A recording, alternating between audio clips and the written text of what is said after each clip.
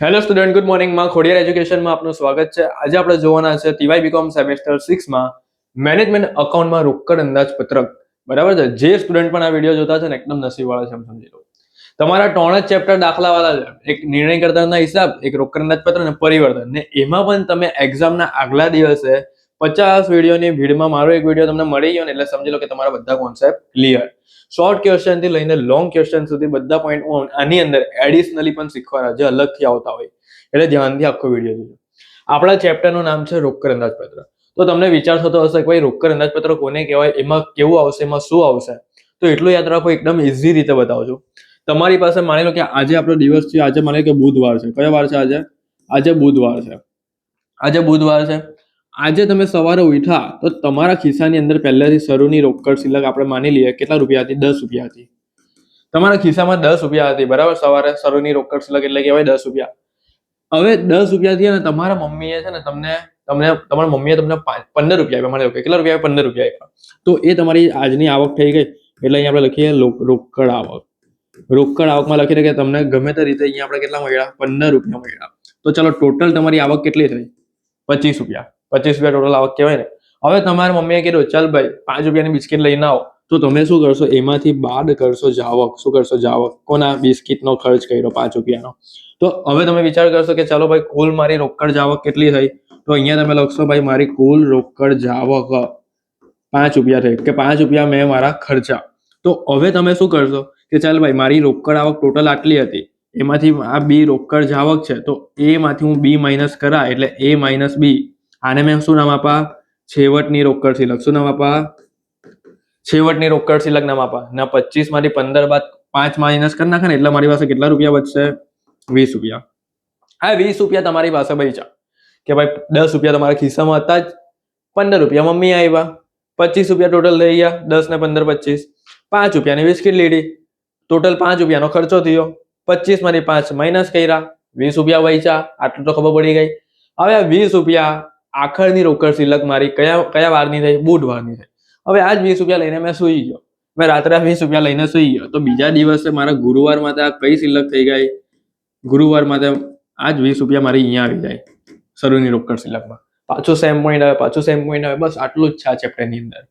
ખબર પડી ગઈ? બસ આ જ પોઈન્ટ છે, એકદમ ઇઝીલી સમજાવી દીધું છે તમને કે ભાઈ નીચેનું ઉપર જાય. બસ આજનો આખરની રોકડ શિલ્લક મારા બીજા દિવસ માટે કેવી થઈ જાય? શરૂની. બરાબર છે. બસ આ જ પોઈન્ટ છે. અહીંયા હવે બધું છે ને આની નવું આવ્યા કરે.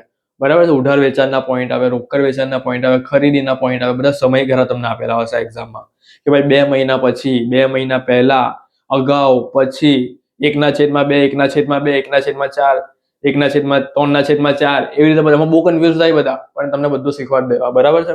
ચાલો, ખબર પડી ગઈ આટલું પહેલા. હવે બીજું આગળ સમજીએ. આપણે પૂછી કાઢીએ હવે. ચાલો, જો આટલું તમને ખબર હોવી જોઈએ કે રોકડ આવકમાંથી રોકડ જાવક આપણે બાદ કરીએ ને એટલે આપણી પાસે જે બચે ને છેલ્લે એને આપણે કહીએ છેવટની રોકડ શિલ્લક. શું કહેવાય એને? છેવટની રોકડ શિલ્લક. ચલો હવે આપણે એની વ્યાખ્યા જોઈ લઈએ. એની વ્યાખ્યામાં તમને શું કહીએ? જો પ્રસ્તાવનામાં થોડું જોઈ લઈએ. ભવિષ્યની કોઈ નિશ્ચિત મુદત માટે બધા સાધનોમાંથી ધંધામાં આવતી રોકડ. જો કોઈ પણ સાધનથી તમારા ધંધામાં રોકડ આવે છે. શું આવે છે? રોકડ. કયા સાધનો છે? ચાલો બોલો. તો ભાઈ રોકડમાં તમે વેચાણ કરશો તો પણ આવશે. ઉધાર વેચાણ કરશો, પૈસા આવવાના જ છે એટલે રોકડ આવકમાં આવે. અહીંયા આવે ને રોકડ આવકમાં. પછી કોઈ પણ વસ્તુ વેચશો, પૈસા આવવાના છે, એ પણ તમે અહીંયા લખી દેશો. કઈ પણ વસ્તુ તમે બહાર પાડશો, દાખલા તરીકે equity share, preference share, debenture, તમે લોન લેશો બેંક પાસેથી, એ પણ અહીંયા આવી જશે. એટલે ગમે તે રીતે તમને વ્યાજના પૈસા પણ મળી શકે, ડિબેન્ચરના પૈસા પણ મળી શકે. એટલે ગમે તેના પૈસા, ડિવિડન્ડના પૈસા મળી શકે. તમારી પાસે પૈસા આવે છે એટલે તમારે લખી દેવાનું રોકડ આવકમાં. કેમાં લખી દેવાનું? રોકડ આવકમાં. આગળ વાંચીએ. ધંધામાંથી ચૂકવાતી રોકડનો અંદાજ કાઢી. ધંધામાંથી ચૂકવાતી રોકડનો અંદાજ કાઢી. ચૂકવાતી એટલે જાવક. શું કહેવાય? જાવક. ખર્ચા. તમે દિવસના કેટલા બધા ખર્ચા કરો? જાવક કરો ને તમે. ખરીદી કરો, જાહેરાત ખર્ચ કરો, વેચાણ વિતરણ ખર્ચ કરો, સ્ટેશનરી ખર્ચ કરો. કોઈ પણ પ્રકારનો ખર્ચ, કોઈ પણ પ્રકારની ખરીદી એ તમારે ક્યાં લખવાની? જાવકમાં લખી દેવાની. ક્યાં લખવાની? જાવકમાં. બરાબર છે. અને એમાં મજૂરી આવી જાય, પગાર આવી જાય, રોકડ ખરીદી આવી જાય, ઉધાર ખરીદી આવી જાય. કોઈ પણ પ્રકારનો ખર્ચ આવે ને અહીંયા. બરાબર છે. આટલું ખબર પડી ગઈ. એ તમારી જાવક થઈ. અને પછી આખરની રોકડની બાકી અંદાજવી અને એ રોકડ અંદાજપત્રકનું કામ છે. એટલે કે મેં તમને કીધું નહીં હમણાં કે છેલ્લે આટલા રૂપિયા બચે આપણી પાસે, તો A - B કરીને છેલ્લે જે બચે ને એ આપણે અંદાજવી, એ આ રોકડ અંદાજપત્રનું કામ છે. બહુ ઈઝી છે. ચલો એને બીજું એક જોઈએ આગળ. રોકડ અંદાજપત્રમાં સૌ પ્રથમ શરૂની રોકડ શિલ્લક લખવી. જો હવે આમાં એટલા બધા કન્ફ્યુઝ થાય ને કે શરૂની રોકડ શિલ્લક એટલે શું, તો એટલું યાદ રાખો કે એક્ઝામમાં તમને અથવા ચોપડીનો કોઈ પણ દાખલો તમે જોશો ને, તમારો જે મહિનો આપેલો હોય તમારી સૂચનામાં તમને કીધેલું જ હોય કે ભાઈ આ મહિનાથી લઈને આ મહિનાનું રોકડ અંદાજપત્રક બનાવો, આવું કીધેલું જ હોય બેઠું કે ભાઈ ફેબ્રુઆરીથી લઈને એપ્રિલનું બનાવો કાં તો એપ્રિલથી લઈને જુલાઈનું બનાવો. તો જે તમારો પહેલો મહિનો હોય, દાખલા તરીકે એમ કીધું કે ફેબ્રુઆરીથી એપ્રિલ, તો ફેબ્રુઆરીની તમારે રોકડ શિલ્લક દાખલામાં આપેલી જ હોય. પહેલો પોઈન્ટ આ જ કરો, બરાબર છે. આવી રીતે પત્રક બનાવો, વિગત ફેબ્રુઆરી, માર્ચ, એપ્રિલ, અહીંયા સૌથી પહેલા લખો શરૂની રોકડ શિલ્લક અને રકમમાં શોધો કે ઉપર કાં તો નીચે ગમે ત્યાં તમને લખેલું હશે કે ભાઈ શરૂની રોકડ શિલ્લક, તો લખી દેવાની બેઠી અહીંયા, બરાબર. હવે બીજો એક એડિશનલી પોઈન્ટ, નોન લખો, બરાબર છે. બોલપેન લેવો, નોન લખો, પેનમાં નોટમાં પેનથી હાસ્યમાં લખી દો ઉપર કે જ્યારે તમારે અહીંયા શરૂની રોકડ શિલ્લક રકમની અંદર માઇનસમાં આપેલી હોય તો એને કહેવાય બેંક ઓવરડ્રાફ્ટ. શું કહેવાય એને? બેંક ઓવરડ્રાફ્ટ કહેવાય, યાદ રાખજો. તો અહીંયા તમારે શું લખવાનું? શરૂનો બેંક ઓવરડ્રાફ્ટ, અહીંયા માઇનસમાં રકમ લખી દેવાની, બરાબર છે. જો પહેલા જ વિડીયોમાં તમને એડિશનલી પોઈન્ટ સમજાવું છું, કારણ કે મને ખબર છે જો એમ કોઈ વિડીયો જોવાનું નથી, પણ એક્ઝામ આવે ને ત્યારે બધા યુટ્યુબ ખોલીને બેસશે, બરાબર છે ને. યુટ્યુબ ખોલીને બેસશે ને જોશે ક્યારે કયા સર સારું ભણાવે છે, અમારો કોન્સેપ્ટ ક્યાંથી ક્લિયર થશે. તો મેં શું કરું, પહેલા જ વિડીયોમાં મસ્ત એકદમ ભણાવી દઉં કે તમારા કોન્સેપ્ટ ક્લિયર થઈ જાય પહેલો વિડીયો જોઈને પણ. એટલે શું યાદ રાખવાનું છે કે જો તમારી અંદર શરૂની રોકડ શિલ્લક માઇનસમાં આપેલી હોય તો એને બેંક ઓવરડ્રાફ્ટ સમજવો, બરાબર છે. એ દાખલામાં આવશે તો અહીંયા માઇનસમાં રકમ લખવાની, બરાબર. એવું ચોખ્ખું કીધેલું નહીં હોય પાછી કે શરૂની રોકડ શિલ્લક, તમને એવું કીધેલું હોય કે ભાઈ શરૂનો બેંક ઓવરડ્રાફ્ટ, અથવા તમને ખાલી બેંક ઓવરડ્રાફ્ટ લખેલું હોય, ઉપર એનો મહિનો લખેલો હોય શરૂનો, અહીંયા લખી દેવાનું તો, બરાબર છે. ચાલો આ પોઈન્ટ તમારો ક્લિયર થઈ ગયો. હવે પત્રક સમજવાનું છે, નમૂનો સમજવાનો છે, બરાબર છે. જો તમને આઈડિયા આવી ગઈ હશે, એકદમ વિડીયોમાં ધ્યાનથી જોયો હશે ને આઈડિયા આવી ગઈ હશે. ચાલો તો મેં તમને કીધું એ પ્રમાણે દાખલાની અંદર કીધેલું જ હોય કયા માસથી કયા મહિનાનો બનાવવાનું છે. મિનિમમ એક્ઝામમાં તમારે કેટલા મહિનાનો આવશે? જો એમ તો તમને છે ને 3 મહિનાનો આવે, અને જો વધુમાં વધુ તમને પૂછે ને તો 5 મહિનાનો આવે. કેટલા મહિનાનો આવે? 5 મહિનાનો, બરાબર છે. આનાથી વધુ નહીં આવે. તમને કીધેલું કે ફેબ્રુઆરીથી એપ્રિલ, તો 3 મહિના થઈ ગયા, ફેબ્રુઆરી, માર્ચ, એપ્રિલ. તમને એમ કીધેલું હોય ફેબ્રુઆરીથી જુલાઈ, ફેબ્રુઆરીથી જૂન, તો ફેબ્રુઆરી, માર્ચ, એપ્રિલ, મે, જૂન સુધી, નહીં 5 મહિના. કાં તો 3 મહિના હોય કાં તો 5 મહિના હોય, બરાબર છે. જો બહુ વધારે આપે ને તો બહુ ટાઈમ નીકળી જાય, બરાબર. એટલે 3 મહિનાનો પૂછાય કાં તો 5 મહિનાનો. જો અહીંયા મેં નમૂનો લીધેલો છે 3 મહિના લીધો, ફેબ્રુઆરી, માર્ચ ને એપ્રિલ. જે પ્રમાણે તમને કીધેલું હોય કે આ મહિનાથી આ મહિનાનો બનાવો, એની તમારે સૂચના અહીંયા લખી દેવાની, બરાબર છે. પહેલા સૂચનાનો અડધો માર્ક મળી જાય, એટલે હેડિંગ ખાસ આપવાનું. ચાલો અહીંયા તમને પહેલે મેં તમને કીધું એ પ્રમાણે શરૂની રોકડ શિલ્લક લખી દેવાની. હવે શું લખવાનું? અહીંયા ઉમેરો રોકડ આવક. રોકડ આવક, ઉમેરો રોકડ આવક, જેટલી પણ તમારી પાસે આવક આવે છે ને બધી આની અંદર લખી દો. રોકડ વેચાણ કર્યું લખી દો, બરાબર છે. ઉધાર વેચાણ કર્યું લખી દો. જો હવે મેં આનો પોઈન્ટ સમજાવું છું ને, ધીમે ધીમે હું મારા પોઈન્ટ પર આવા, એવું નહીં કે ખાલી લખેલું છે સમજાવતો જવા, પણ ધ્યાન રાખજો. લેણી હુંડીના નાણાં મળ્યા, પૈસા મળ્યા લખી દો.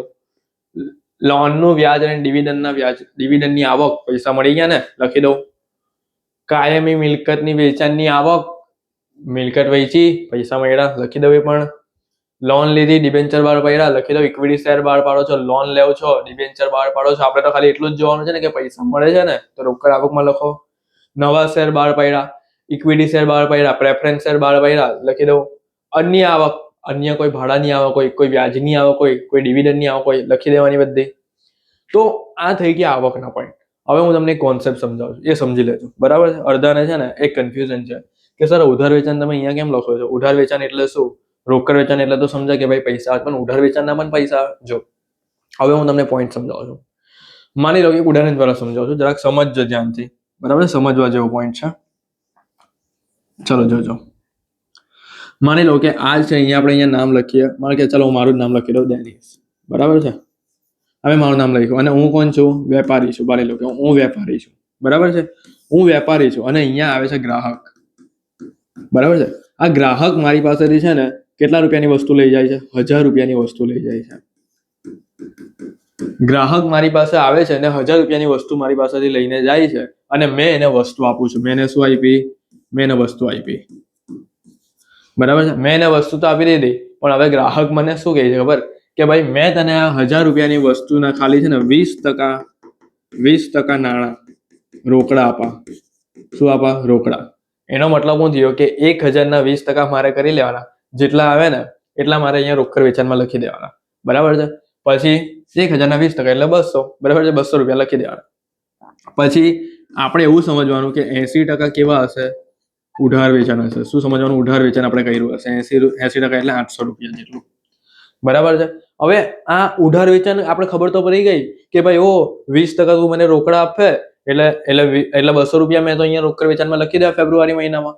પણ તું આ 80% 800 રૂપિયા ક્યારે મને આપે? આપણે સવાલ કરશું. હું સવાલ કરા ને તમને, ચલો ભાઈ તમે કસ્ટમર, હું વેપારી છું, હું તમને સવાલ કરા ને કે ચલો ભાઈ 800 રૂપિયા ક્યારે આપે? તો તમે મને શું કહેશો ખબર? કે જો ભાઈ આ 800 રૂપિયા છે ને, હું તમને બે રીતે સમજાવું છું. બે રીતે. એક, તમને બેઠું કીધેલું જોઈએ કે 2 મહિના પછી. તમને હું કહ્યું કે ઉધાર વેચાણનો સમયગાળો 2 મહિના પછી. બરાબર છે. જો એકદમ મસ્ત સમજાવું છે, ધ્યાનથી કોન્સન્ટ્રેટ રાખીને જોજો. આ ગ્રાહક મારી પાસે કયા મહિનામાં લેવા આવ્યો? ફેબ્રુઆરી મહિનામાં લેવા આવ્યો. કયા મહિનામાં લેવા આવ્યો? ફેબ્રુઆરી મહિના. આ ગ્રાહક મને શું કહે છે ખબર? કે ભાઈ આ 800 રૂપિયા છે ને મેં તને છે ને 2 મહિના પછી આપા. ક્યારે આપા? 2 મહિના પછી. એટલે આવી રીતે તમારા દાખલાની અંદર છે ને ઉધાર વેચાણનો સમયગાળો આપેલો હોય. શું આપેલો? ઉધાર વેચાણનો સમયગાળો. તો આ 800 રૂપિયા તમારે કયા મહિનામાં લખી દેવાના? આ ફેબ્રુઆરી પછીના 2 મહિના. એટલે ફેબ્રુઆરી ગયો, માર્ચ ગયો. તો આ 800 રૂપિયા મને કયા માસમાં મળશે? ફેબ્રુઆરી ગયો, માર્ચ ગયો, તો એપ્રિલમાં મળશે. કેમાં મળશે? એપ્રિલમાં. આવી રીતે દરેક મહિનાનું તમારે છે ને ખર્ચા આપેલા હોય, દરેક મહિને તમારે વેચાણ આપેલું હોય, દરેક મહિનાનું રોકડ વેચાણ, એવી રીતે બધું આપેલું હોય. એ પ્રમાણે છે ને આગળ મહિનાની ગણતરી થતી જાય ને આવી રીતે રકમ મળતી જાય. આવી રીતનું છે આમાં. આ મેં તમને સમજાવ્યું એક તરફી. હવે બીજું કેવું હોય, તમને પરીક્ષામાં છે ને ડાયરેક્ટ કહી દીધું કે ભાઈ 2 મહિના પછી પૈસા મળશે. હવે તમને એવું કીધેલું, ભાઈ જો એકદમ મસ્ત સમજાવું, તમને હવાલો આપેલો હોય. શું આપેલો હોય? હવાલો. હવાલામાં શું કીધેલું ખબર? કે ઉધાર વેચાણના નાણાં 50%, 40% અને બાકીના કહે ને એટલે સમજવાનું કે 10%. આવું તમને કીધેલું હોય. એમ કે 50% આ મહિને, 40% બીજે મહિને, 10% ત્રીજે મહિને. તો પેલો સ્ટુડન્ટ છે ને કંટાળી જાય કે ભાઈ હું કહેવા માંગે, પહેલે મહિને, બીજે મહિને, ત્રીજે મહિને કઈ ખબર નહીં પડતી. આવો હવાલો આવે, ચોપડી જોજો, ખોલજો, આવો હવાલો દેખાશે તમને. 50%, 40%, બાકીના 10% કહેવાય. તો જો એ પણ હું તમને સમજાવી લઉં છું. ચાલો, આપણી રકમ કેટલી હતી? 800 હતી. આપણે કયા મહિનામાં ઉધાર વેચાણ કર્યું? ફેબ્રુઆરી. ઉધાર વેચાણ આપણે કહીએ ને, ઉધાર વેચાણની રકમ. તો આનો હવાલો લોકોએ શું કીધો કે ભાઈ પહેલા 50%, પછી 40% અને પછી 10%. 800 રૂપિયા તો લેવાના બાકી જ હતા. પાછું એમાંથી પણ ભાગ કરાવે છે આપણી પાસે કે ભાઈ 800 ના 50% એટલે 400, 800 ના 40%, 8 ચોક 32 એટલે 320, ના 80. તો આ રીતે ભાગ પડાવે. અને તમને રકમમાં શું કીધેલું ખબર? હવાલામાં કે ભાઈ આ 50% વેચાણના બીજા મહિના. શું કીધું? કે વેચાણના બીજા મહિના એટલે ફેબ્રુઆરી પછી અહીંયા માર્ચ. આ 40% વેચાણના ત્રીજા મહિને એટલે માર્ચ પછી અહીંયા એપ્રિલ. બરાબર છે. આ જો ફેબ્રુઆરી તમારે એકદમ સિમ્પલ, તમને કેવું આ ફેબ્રુઆરી મહિનો છે ને એના પછીના સલંગ 3 લખી દેવાના. બેઠા એ જ આવે. બરાબર છે. પહેલે બીજે ત્રીજામાં કન્ફ્યુઝ થઈ જશો. અને અહીંયા તમારે શું લખી દેવાનું? એપ્રિલ પછી મે. શું કીધેલું ખબર? કે વેચાણના ચોથા મહિને એટલા જ આવે મે. આ બીજા મહિના, ત્રીજે મહિના, ચોથા મહિના. બરાબર છે. આટલું યાદ રાખો એટલે ખબર પડી ગઈ. જો અહીંયા ફેબ્રુઆરી તો માર્ચ, એપ્રિલ ને મે. બરાબર છે. આ કોન્સેપ્ટ મગજમાં ફિટ કરી નાખો. ચલો, તો થઈ ગયો. તો આ રીતે આપણે આવી રીતે ઉધાર વેચાણની ગણતરી આવે. બરાબર છે. તો આવી રીતે આપણે પૈસા મળશે એટલે આપણે રોકડ આવકમાં લખીએ. હવે આ જ વસ્તુ મારે સમજાવવું હોય તો હું દાખલામાં પણ સમજાવી શકતે, પણ મને ખબર છે કે એક્ઝામની આગલા દિવસે લેશે ફોન ને વિડીયો જોશે એટલે આ મેં સમજાવી દીધું. બરાબર. ચાલો, તો ઉધાર વેચાણનો પોઈન્ટ તો તમને આવડી જાય એક્ઝામમાં. બરાબર છે. ચલો, પતી ગયો રોકડ વેચાણનો. ઉધાર વેચાણ આપણે ક્લિયર કરી નાખ્યું છે અહીંયા. ચલો, એટલે રોકડ વેચાણનો પોઈન્ટ પણ કમ્પ્લીટ, ઉધાર વેચાણનો પણ કમ્પ્લીટ. હવે આ જે બીજી બધી રકમ છે ને, આમાં કોઈ ગણતરી જેવું આવતું જ નથી. બેઠી જ લખવાની આવે, ડાયરેક્ટ રકમ આપી જ દે. ખાલી તમારે દાખલામાં છે રોકડ વેચાણ, ઉધાર વેચાણની ગણતરી કરવાની આવશે. ચાલો, હવે આ બધાનો તમે સરવાળો કરો ને, આ બધાનો, આના સહિત છે આ બધું જ, પછી તમને જે અહીંયા રકમ મળે ને એ તમને કહેવાય કુલ આવક. શું કહેવાય? કુલ રોકડ આવક. શું યાદ આવે? કુલ રોકડ આવક. એને તમારે એ નામ આપી દેવાનું. શું આપવાનું? એ. આ એ માંથી તમારે માઇનસ કરવાનું છે રોકડ જાવક, એને રોકડ ચૂકવણી. અને બીજું વસ્તુ, હા, મેં એક વસ્તુ તમને કહેવાનું રહી ગયું. આ જે ઉધાર વેચાણ છે ને, ઉધાર વેચાણ, એને બીજા નામથી છે ને ઉઘરાણી પણ કહેવાય. શું કહેવાય? તમને દાખલામાં કહે કે ઉઘરાણી શું? તો શોર્ટ ક્વેશ્ચન ચોપડીની અંદર શોર્ટ ક્વેશ્ચન જુઓ, એમાં તમને કીધેલું હોય ઉઘરાણી શોધો, તો કન્ફ્યુઝ થાય ઉઘરાણી એટલે શું થાય? ઉઘરાણી એટલે ઉધાર વેચાણ થાય. અહીંયા મેં લખી દઉં છું ઉઘરાણી. બરાબર છે. જોજો, એમ મારા અક્ષર તમને વંચાશે નહીં પણ સમજી લેજો ઉઘરાણી છે. બરાબર છે. મેં જલ્દીમાં લખું છું ને, ઉઘરાણી કહેવાય. શું કહેવાય? ઉઘરાણી. ઉઘરાણી એટલે ઉધાર વેચાણ જ કહેવાય. ચલો, હવે આપણે જાવકનું સમજી લઈએ. હવે છે જાવક એટલે શું? ચાલો ભાઈ, પૈસા ખિસ્સામાંથી જાય છે, ધંધામાંથી જાય છે, એટલે જાવકમાં લખો. એક્ઝામમાં ચૂકવ્યા શબ્દ યાદ રાખો. કયો શબ્દ? ચૂકવ્યા. લખી દો બેઠો અહીંયા. બરાબર? પગારના ચૂકવ્યા જાવક, મજૂરીના ચૂકવ્યા જાવક. આ ખર્ચ ચૂકવ્યો, પેલો ખર્ચ ચૂકવ્યો જાવક. બહુ વિચારવાનું નહીં. બરાબર છે? ચૂકવ્યો શબ્દ આવે એટલે જાવકમાં લખી દેવાનો. ચાલો, રોકડ ખરીદી, ઉધાર ખરીદી, આ બંનેના પોઈન્ટ અને મજૂરી અને પગાર અથવા ખર્ચ, આમાં એટલું મઠાવે ને તમને. કેવું મઠાવે ખબર? કે ભાઈ ખરીદીના આટલા નાણાં, મેં તમને રોકડ વેચાણ ઉધાર વેચાણ પોઈન્ટ બેઠું એવું જ આવે. એમાં પણ ખરીદીમાં પણ કે આટલી ખરીદી રોકડ ખરીદી હતી, આટલી ખરીદી ઉધાર ખરીદી હતી, આ ખરીદીના નાણાં 1 મહિના પહેલા મળ્યા, એવી રીતે પછી ચૂકવા આવી રીતે. એટલે એવા બધા પોઈન્ટ આવશે. એ ખરીદીના પોઈન્ટ દાખલામાં સમજાવવા. આ વેચાણના પોઈન્ટ તો કેવો હતો કે સમજાવાય એવો હતો. ખરીદીનો પોઈન્ટ તો મને એમ ચોક્કસ રકમ જોઈએ ને ત્યારે જ સમજાય. આ પોઈન્ટમાંથી વેચાણનો સમજાવાય એવો હતો એટલે સમજાયો છે. બરાબર છે? ખરીદીનો પોઈન્ટ તમને દાખલામાં મસ્ત સમજાવે. ચાલો, કારણ કે એમાં તો છે ને કેવા પોઈન્ટ આવે, ડાયરેક્ટ નહીં કહી દીધું હોય કે ભાઈ આટલા આટલા નાણાં એમ વેચી કાઢો, આટલા ટકા વેચી કાઢો. એમાં ટ્વિસ્ટ વાળા હવાલા આવે. એટલે મેં તમને કીધું દાખલામાં સમજાવો. ચાલો, રોકડ ખરીદી ઉધાર ખરીદી થઈ ગઈ. હવે મજૂરી અને પગાર. આ મજૂરી અને પગાર છે ને એ લોકો લખેલું હોય નીચે કે ભાઈ મજૂરી પગાર તમને ખર્ચા આપેલા હોય, મહિનાના બધા ખર્ચા લખેલા હોય અને હવાલામાં લખેલું હોય. હું તમને બધું બતાવવા હમણાં. હવાલામાં લખેલું હોય કે મજૂરીનો સમયગાળો 1/2, પગારનો સમયગાળો 1/4 અથવા મજૂરીનો પણ 1/4 એવી રીતે લખેલું હોય. તો એ ગણતરી તમે કેવી રીતે કરશો એ પણ આપણે હમણાં જોશું. આગળ બધું જોશું. આખો વિડીયો ધ્યાનથી જોજો. પહેલા આપણે ખર્ચા તો જોઈ લઈએ ને. ચાલો, આ બધા તમારા ખર્ચા કહેવાય.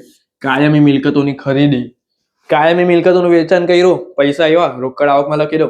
કાયમી મિલકતની ખરીદી કરી, પૈસા ગયા, જાવકમાં લખી દો. સિમ્પલ. લોન લીધી તો રોકડ આવકમાં, એટલે લોનની ચૂકવણી કરી તો રોકડ જાવકમાં. ડિબેન્ચર લીધા, પૈસા આવ્યા, રોકડ આવકમાં લખો. ડિબેન્ચર પરત કર્યા, પૈસા ગયા, જાવકમાં લખો. બરાબર છે? ડિવિડન્ડની ચૂકવણી કરી જાવકમાં, ડિવિડન્ડ મળ્યું તો આવકમાં. સિમ્પલ. કરવેરા અને આવકવેરાની જોગવાઈની ચૂકવણી.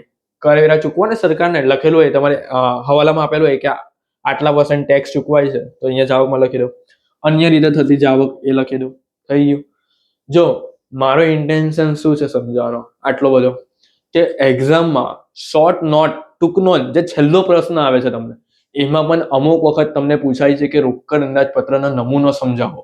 એટલા માટે મેં તમને આટલું ડિટેલ્સમાં સમજાવ્યો છે આ પોઈન્ટ. ચાલો, રોકડ આવકમાંથી રોકડ જાવક માઇનસ કરો એટલે તમને મળી જાય A - B, એટલે છેવટની રોકડ શિલ્લક. ચાલો, અહીંયા જુઓ. આ તમારો કયો મહિનો હતો? ફેબ્રુઆરી મહિનો. અને અહીંયા આપણે શું લખેલું? ફેબ્રુઆરી મહિનાની શરૂની રોકડ શિલ્લક. છેલ્લે માની લો કે છેલ્લે અહીંયા મને 1 લાખ બચ્યા હશે. કેટલા બચ્યા હોય? 1 લાખ બચ્યા હોય. તો આ 1 લાખ મેં તમને શું કીધું? ઉદાહરણ શું આપેલું કે મારા બુધવારના પૈસા ગુરુવારે જાય ને, એવી રીતે ફેબ્રુઆરીના 1 લાખ આખરની રોકડ શિલ્લક મારે કયા મહિનાની શરૂની કહેવાય? તો આ જ 1 લાખ માર્ચ મહિનાની શરૂની, એટલે આ 1 લાખ મેં અહીંયા લખી દેવા. પછી અહીંયા મેં ખર્ચો કરતો મળ્યો કે અહીંયા 4 લાખ થઈ ગયા. કેટલા થયા? 4 લાખ. હવે માની લો કે અહીંયા છે ને આ બધી જાવક, મેં જાવક લખતો જવા. માનો કે જાવક મારી થઈ ગઈ અહીંયા 3 લાખ. કેટલી થઈ ગઈ? 3 લાખ. હવે 4 લાખ 3 લાખ મેં માઇનસ કરી નાખો એટલે પાછા મારા 1 લાખ આવે. એટલે જરૂરી નથી કે અહીંયા સરખી જ રકમ આવે, અલગ અલગ બી આવે. તો આ 1 લાખ પાછા મારા કયા મહિનાની શરૂની થઈ ગઈ? તો આ 1 લાખ મારા અહીંયા એપ્રિલ મહિનાની શરૂની થઈ ગઈ. હવે આ 1 લાખમાંથી મેં અહીંયા ટોટલ કરું, મારા થઈ ગયા 1,20,000. બરાબર? અથવા માનો કે ચાલે 1,30,000 થઈ ગયા. 1,30,000 મારા અહીંયા થઈ ગયા. અને અહીંયા મારી જાવક થઈ ગઈ. જાવકનું અહીંયા મારું ટોટલ થઈ ગયું, માનો કે ખાલી 20,000 જ મારી જાવક થઈ. બરાબર છે? તો મેં 1,30,000 માંથી 20,000 માઇનસ કરા એટલે અહીંયા મને કેટલા બચશે? 1,10,000. હવે તમને એમ થાય કે સર હવે 1,10,000 તમે ક્યાં લઈ જશો? તો ભાઈ આ અહીંયા જ રહેવા દેવાના, આ આગળ નહીં લઈ જવાના. કારણ કે આગળ આપણે કીધું જ નહીં, આપણે તો ખાલી ફેબ્રુઆરીથી એપ્રિલનો જ કીધેલો હતો. તો બસ આ થઈ ગયો તમારો નમૂનો. બરાબર છે? આ તમારો થઈ ગયો બેઝિક વિડીયો પહેલો. બરાબર? ખબર પડી તમને? આટલું તો ખબર પડી ગઈ ને કે શું આવકમાં લખાય ને શું જાવકમાં લખાય ને પોઈન્ટ કેવા આવે અંદર. હવે જોજો ધ્યાનથી. હવે હું તમને એક વસ્તુ બતાવું છું. આ આપણું થઈ ગયું નમૂનો. હવે મારે તમને આ સમજાવવાનું છે. જો આ બધું માસની ચૂકવણી, શાક મુદ્દતના હવાલા, કે ભાઈ 1 માસની મુદત એટલે જૂનનું જુલાઈમાં જાય, જુલાઈનું ઓગસ્ટમાં, ઓગસ્ટનું સપ્ટેમ્બરમાં.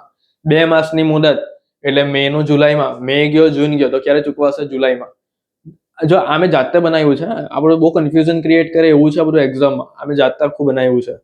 પછી આ જૂન છે તો જૂનના 2 માસ, તો જૂન ગયો, જુલાઈ ગયો એટલે ઓગસ્ટ, જુલાઈ ગયો, ઓગસ્ટ ગયો એટલે સપ્ટેમ્બર, એવી રીતે 3 માસ કીધેલું હોય તો એપ્રિલ ગયો, મે ગયો, જૂન ગયો, તો પૈસા ક્યારે ચૂકવાશે? જુલાઈમાં. એટલે જો જુલાઈ માસ લખેલું ને છેલ્લે, આ મે છે તો 3 માસનો સમયગાળો કીધેલો હોય તો મે ગયો, જૂન ગયો, જુલાઈ ગયો એટલે ક્યારે ચૂકવાશે પૈસા? ઓગસ્ટમાં ચૂકવાશે, છે ને.